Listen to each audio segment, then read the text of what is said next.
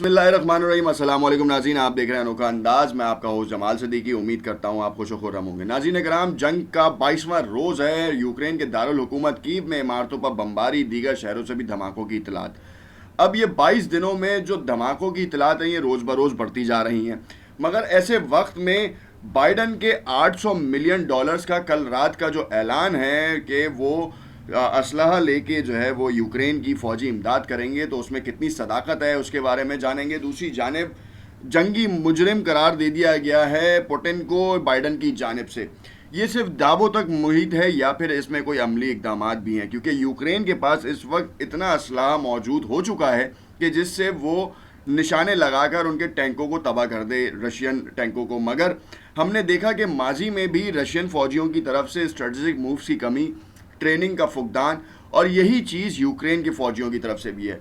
Papers के ऊपर आप कहा जाए तो ये दोनों बहुत अच्छी फ़ौजें कहलाती थी, मगर रशिया की फ़ौज की कारकर्दगी ने बता दिया कि जितनी बड़ी ताकत है उसके हवाले से उनकी कारकर्दगी सिफर है। इससे कहीं ज़्यादा बेहतर जो है छोटे मुल्कों की फ़ौजें और उनकी जो इंटेलिजेंस है, उनकी विजिलेंस है, वो इन तमाम चीज़ों को पूरा कर देती है। ईरान की पासदारान इनकलाब हो, पाकिस्तान की ISI हो, या पाकिस्तान की फ़ौज हो, या फिर जो है वो इनफैक्ट अगर आप इसराइल की मोसाद को देख लें तो उनकी भी IDF और मोसाद की जो प्लानिंग है वो अपने तमाम तर मकासद हासिल करने में कामयाब भी रहे हैं मुतअद्दिद बार। जैसे ईरान के ऊपर न्यूक्लियर के ऊपर हमला किया जाना हो, या फिर अपने टारगेट्स को पिन पॉइंट वैल्यू टारगेट्स को उड़ाना हो, जैसे मोहसिन फ़खरीज़ाद को उड़ाया गया ईरान के, और इसी तरीके से मुतअद्दिद ऐसे वाक़यात रोनुमा हुए। मगर यहाँ पर यूक्रेन के हवाले से जो पुतिन के जो तहफ़्फ़ुज़ात थे, या फिर जो कहा जा रहा था कि वो बहुत जल्द फ़तह का ऐलान करेंगे, वो मादूम होते नज़र आ रहे हैं वो रिज़ल्ट्स, और उसके हवाले से बहुत सारी चीज़ें मंजर आम पर आती जा रही हैं। पूरी दुनिया की तरफ से यूक्रेन को मज़लूम ज़ाहिर किया जा रहा है, और यूक्रेन के हवाले से जो पॉजिटिविटी की न्यूज़ है, जैसे मेट्रोपोल के मेयर ने 9 रूसी फ़ौजियों के बदले में रिहा कर दिया गया है, और उन रूसी फ़ौजियों को रिहा करने की स्टोरी को पूरी दुनिया में नशर कराया गया है। रशिया की जानिब से ये बातें बताई जा रही हैं कि 64 किलोमीटर के रकबे के ऊपर जो उनका फ़ौजी काफ़िला था, सप्लाई की वजह से रुका हुआ था, अब वो बहाल हो चुका है, और अब जो है वो मुतअद्दिद धमाके की आवाज़ें सुनाई दी जा रही हैं। चौथा राउंड शुरू हो चुका है, मगर चौथे राउंड में भी कोई खातिर ख्वाह नताइज नज़र नहीं आ रहे कि मुज़ाकरात हो सकेंगे। इस वक्त जो रूस है वो सिर्फ़ और सिर्फ ये चाह रहा है कि वो किसी भी तरीके से यूक्रेन जंग से निकल जाए और फातेह बन के निकले। अब BBC उर्दू के ऊपर एक आर्टिकल शायर हुआ जिसकी हेडिंग कुछ इस तरीके से थी कि सदर पुतिन बाइज्जत तरीके से यूक्रेन जंग से कैसे निकल सकते हैं। लड़ाई 3 हफ्तों से जारी है, और मौजूदा हालात में किसी को इस बात पर शक नहीं होना चाहिए कि जंग का असल फातेह कौन है।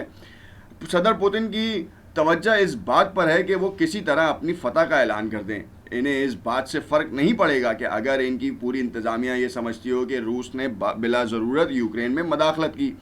ये वीडियो है, ये स्टोरी है, और इस स्टोरी में जो आपको दिख रहा है वो वन साइडेड स्टोरी है, क्योंकि तमाम तर एजेंसीज़, मीडिया हाउसेस जो हैं वो रशिया के ख़िलाफ़ काम कर रहे हैं, चाइना के ख़िलाफ़ काम कर रहे हैं। बाइडन ने तो एक हद तक ये भी कह दिया था कि चाइना जो है वो दूर रहे, चाइना रशिया की किसी भी तरीके की मदद ना करे, क्योंकि ये इंसानी मज़ालिम के ख़िलाफ़ है। तो इस हवाले से बहुत सारी चीज़ें आई, मगर आपको हम यहाँ पर एक स्क्रीन आपके सामने शेयर कर रहे हैं।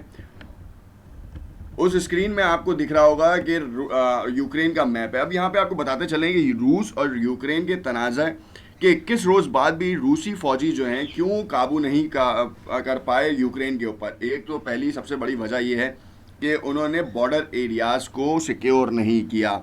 वहाँ से इमदाद जो है यूक्रेन के फ़ौजियों को और उनके शहरियों को जो लड़ रहे हैं उनको हर वक्त मिलती आ रही है। इनफैक्ट वहाँ से जो पेनिट्रेशन है, जैसे मैं आपको दिखाऊं कि यहाँ पर आपको मैं येलो मार्क से दिखाता हूँ कि जो एरिया जहाँ से सप्लाई लाइन इनको बंद करनी थी इन्होंने नहीं बंद की। ये आप देखें येलो कलर में जो है, मैं आपको ये पूरा एरिया आपको दिखा रहा हूँ जहाँ से इनको इमदाद मिल रही है यूक्रेन को। अच्छा, इनको इमदाद रोमानिया से जो मिल रही है वो फ़ौजी काफ़िले की या फौज के ट्रक्स में नहीं जा रही, ये जा रही है प्राइवेट व्हीकल्स में, सिविलियन व्हीकल्स में, और यहाँ से वो पूरे यूक्रेन में पेनिट्रेट कर रहे हैं। अभी आपने देखा होगा कि मारियोपोल, जो आप ये देख रहे हैं, ये एरिया, ये सर्कल मैंने आपको बनाया है, मारियोपोल का हाल ये है कि इस वक्त रशिया ने जो है वो सी साइड से फिर हमले किए हैं, अपने शिप से जो है वो बाकायदा टारगेट करके मारियोपोल को तहस नहस कर दिया है। अब मारियोपोल को तहस नहस करने के लिए उनको ज़रूरत नहीं थी, वो सिर्फ ब्लॉक करते, क्रीमिया उनके पास है, इस पूरे बॉर्डर एरिया को यहाँ से ये ब्लॉक करते, चौक करते। या आप ये देख रहे हैं कि ये नहरी निज़ाम इनका जो है ये सिर्फ इसी को बंद कर देते, तब भी जो है मारियोपोल जितनी बड़ी एक शहर है वो बंद हो जाता। उसके बाद उसके पास कोई और मेथड नहीं रहता, मगर इन्होंने नहीं किया। हंगरी इनके पास लग रहा है, स्लोवाकिया ये लग रहा है, स्लोवाकिया से ये पेनिट्रेट कर रहे हैं। जंगजू जो हैं वो हंगरी और रोमानिया से दाखिल हो रहे हैं यूक्रेन की मदद के लिए।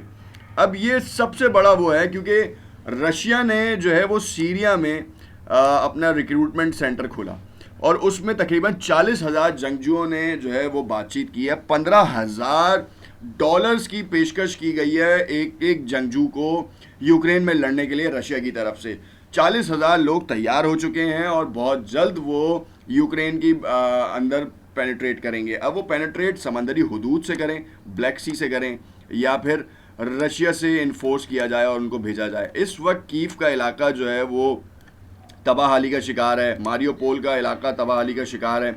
इस वक्त जो सबसे बड़ी खबर है वो ये है कि लिविव जो पोलैंड के साथ जो बॉर्डर एरिया लगता है उसको सिक्योर किया जा रहा है, और इसको सिक्योर करने के लिए रूस अपनी तमाम तर कोशिशें बरूए कार ला रहा है। 21वें रोज़ बाद 3 जनरल्स खोने के बाद उसको शायद इस बात का अंदाज़ा हो रहा है कि उसने बहुत बड़ी गलती की है कि ये पहले बॉर्डर एरिया को सिक्योर नहीं किया। इस बॉर्डर एरिया को यहाँ से सिक्योर कर ले तो बहुत बेहतर है, क्योंकि $800 मिलियन की जो खतीर रकम है, अगर अमेरिका वहाँ पे हथियार भेज देता है तो आप ये तो भूल जाएं कि ये कीव का एरिया, लिस्टिक जो इस वक्त ताज़ा-तरीन बमबारी की जद में है, फ़ज़ाई बमबारी की जद में है, खरसोन जो क्रीमिया से जो है ना, जहाँ से फ़ौजी जो है यहाँ पे पेनिट्रेट कर रहे हैं, और ये जो आपकी 2 रियासतें आपने अलग की हैं, यहाँ पे भी इस वक्त लड़ाई जारी है।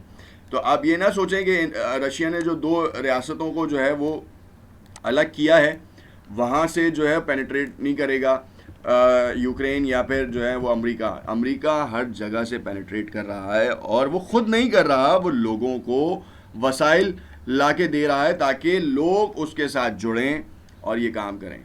तो अब देखना ये है कि यूक्रेन में जो फॉरेन जो कह लें कि इन्वेडर्स हैं, इन्वेडर्स कहें आप या सपोर्टर्स कहें, जो कनाडा की तरफ से आ रहे हैं, नीदरलैंड की तरफ से आ रहे हैं, वो रशिया के ख़िलाफ़ कैसे लड़ते हैं, ये बड़ा एक सवालिया निशान है।